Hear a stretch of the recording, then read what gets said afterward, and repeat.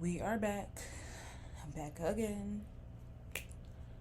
Again, for the newbies, which will more than likely be most of y'all, mind your business about my head, okay? We are authentic and non-judgmental on this channel, okay? And this is just how I look today.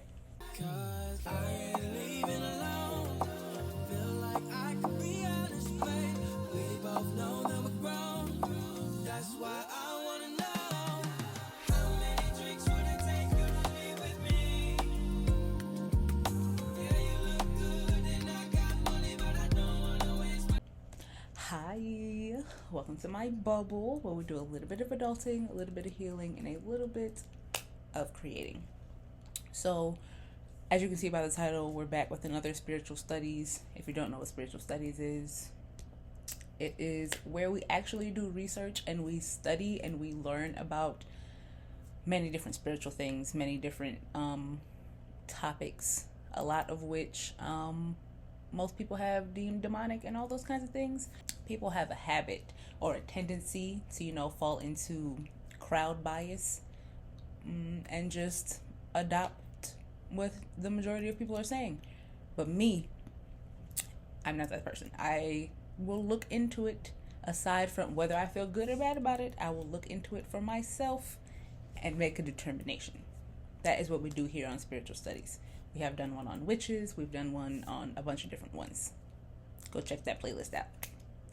But today, again, as you can see by the title, today we're getting into the ever famous, that's what I was originally going to say, but we're going to get into the infamous tarot cards and we're going to get into oracle decks. Really, I put this on my list a long time ago because really earlier in my spiritual journey, I really didn't know the difference between tarot cards and oracle cards, so I personally wanted to know the difference. So let's get into it, shall we? We're going to start with tarot, obviously. One, because tarot is more intricate, and two, because that's the one that everyone is fully convinced is associated with the devil / the enemy. I'll say the enemy because depending on what you believe and blah, blah, blah. But fully convinced that it's pure communication with the enemy. Which, what? But whatever. So, let's learn about tarot according to Britannica.com. Okay? Now, apparently, tarot was invented in Italy in the 1430s when they added a fifth suit of 21 different cards, each card specifically illustrated, called triumphs. Really, it's called some other, I don't know if it's a Latin word, an Italian word, what, but I'm not even going to try and pronounce it. That's the word. I don't know what side it's going to be on, but that's the word. It means triumphs. But yeah, they added a fifth suit to the standard four suit playing cards or whatever. So they added the fifth suit of triumphs, which is 21 different illustrated cards, and they added a card called the Fool, also some other word. Now, the Fool apparently is not the origin of the modern day Joker in the playing cards deck. The modern Joker was invented in the late 19th century as an unsuited jack in the game of Euchre. Also don't know what that is. It did pop up further down as a game and further defined the things, but that was not the point of my research. So if you want to know what that is, look into it. Each triumph had a different symbolic illustration instead of the common suit mark for the playing cards. The illustrations of each one probably represented different characters in medieval reenactments of Roman triumphal processions, similar to a float in a modern day parade. Direct quote from Britannica. Okay. Originally, each of the triumphs were unnumbered, even though they had their different illustrations or whatever. Originally, they weren't numbered, so it wasn't necessary to remember what order they went in. And originally, their function was to act as a suit superior in power to the other four suits, a suit of triumphs or trumps. Now, the standard the standard / more modern tarot deck is based on Venetian or Piedmontese, whatever. That's, well, not whatever, excuse me, but I don't know how to pronounce the word. Tarot, based on Venetian or Piedmontese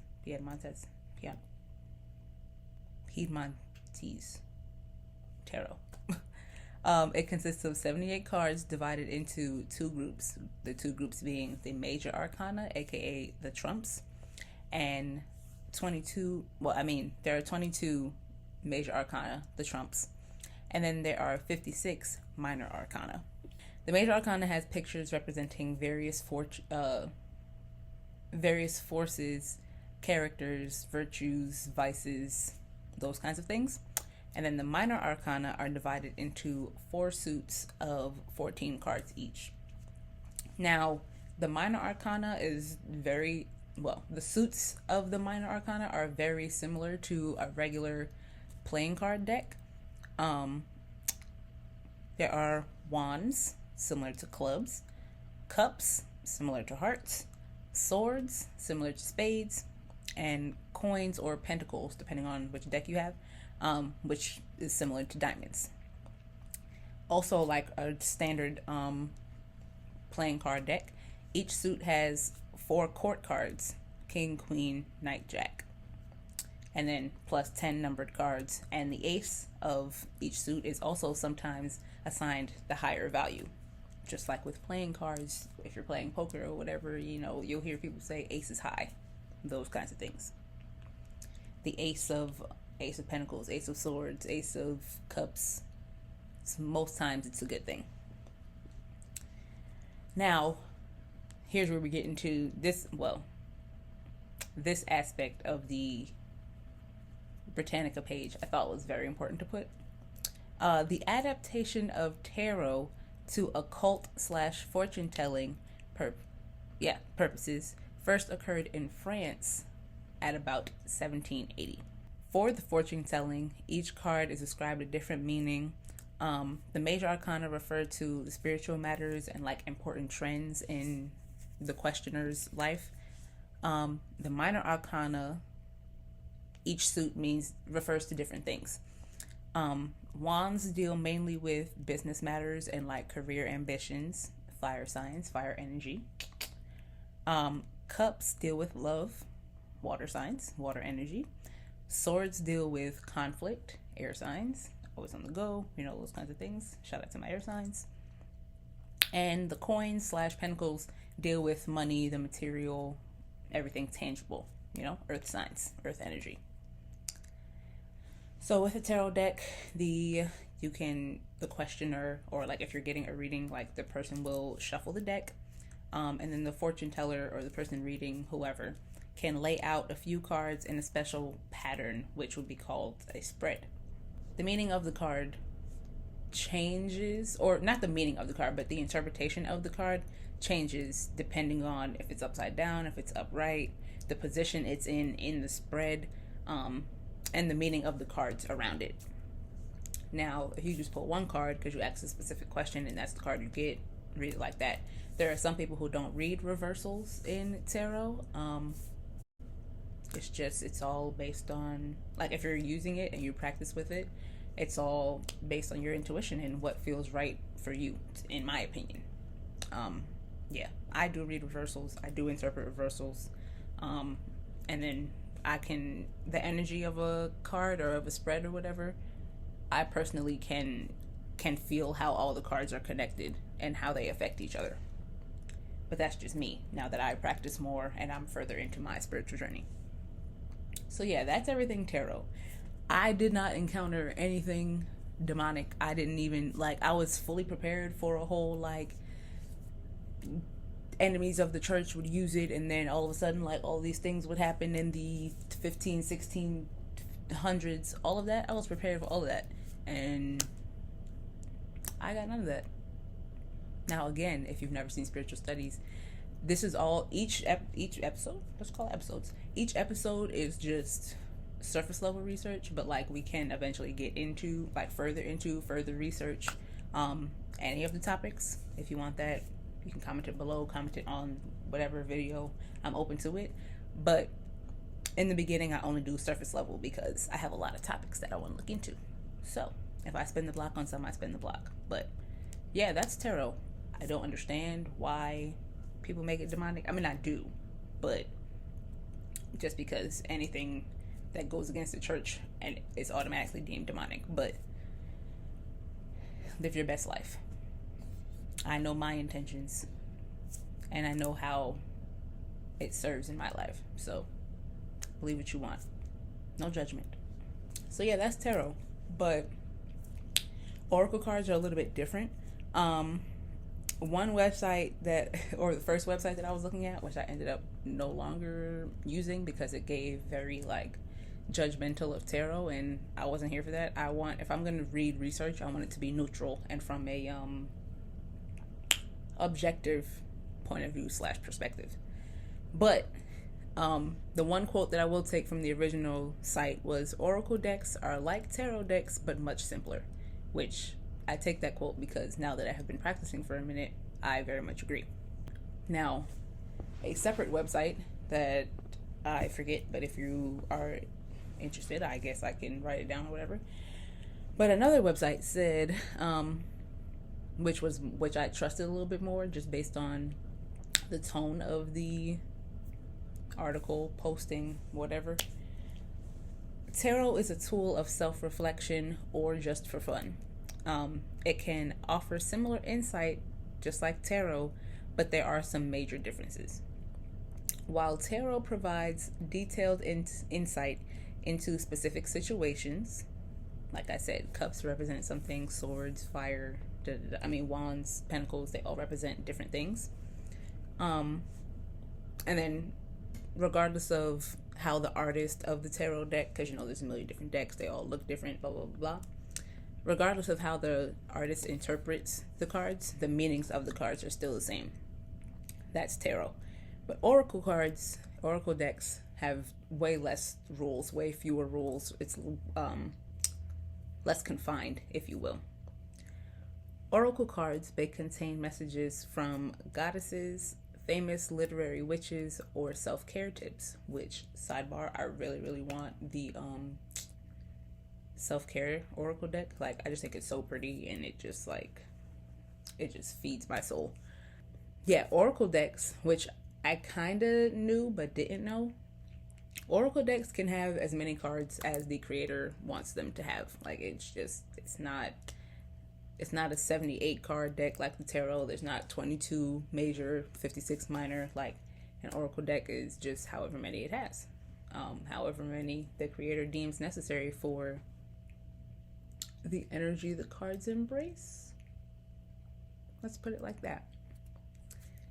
The most common use for oracle decks, or like the common way to use oracle decks, is you shuffle the deck and you pull a single card for inspiration or insight into a certain situation, or you can do a spread as well. You don't have to do a spread with tarot either, but like, I really don't even know all of the stuff with spreads. I just know 3 cards can be past, present, future. It's just like, there are a bunch of different spreads that can mean different things, but oracle, there's no none of that. It doesn't mean something different if it's in a different position. Like, it is what it is kind of thing. But you can put them in a spread the same way you can put tarot cards in a spread. The website recommended, like, whether you're new or whether you're a pro with oracle cards, that you can do an oracle meditation. Like, you sit and meditate while holding the oracle deck, and then when you're ready, you begin shuffling. You can ask about a specific situation, whether it be your love life, your career, all of those kinds of things. Or you can simply just ask, what do I need to know today? And then pull a card. Pull a couple cards. Pull until you feel like you have to stop. Not until you hear what you're looking for, but until you feel like you need to stop. And then you read what the card means. Because oracle decks and tarot decks, as far as I have seen, all of them come with guidebooks. So you just read what the card means. And then obviously, as you use them more, like you're gonna remember what certain things mean. But, excuse me, depending on the oracle deck, depending on its intention, like they can represent and have different messages behind them. But either each time it'll come with a guidebook. So yeah, that's the real simple, basic, like tarot cards versus oracle cards. Again, I didn't hear evil anywhere. None of it gave me like the ick, you know? It never has. So now you know, at least a little bit. And if you're intrigued and want to do more research as to where the evil association came from, by all means, it's in your hands. Period. I love that other people around me, like, sidebar, in case y'all didn't hear that, like somebody's walking by with music. I love that there are other people around me who are just as, I'll say, involved in music, because like music really does something for my soul, and I love that other people are like that, because otherwise they would hate me because I'm gonna play my music. The fuck. Anyway, that has nothing to do with anything. If you made it to the end of the video and you don't know me, hi, my name's Naori. Stick around, you love it here. Duh. Embrace being a star. Subscribe. Follow all my socials. It is 2023. I am posting regularly. I post twice a week. Low-key, I'm still trying to figure out what specific days I want to post. I don't really know. But I post twice a week. So get in on that. But yeah, that's it. I'll see you in my next video. Bye. I'd rather be smoking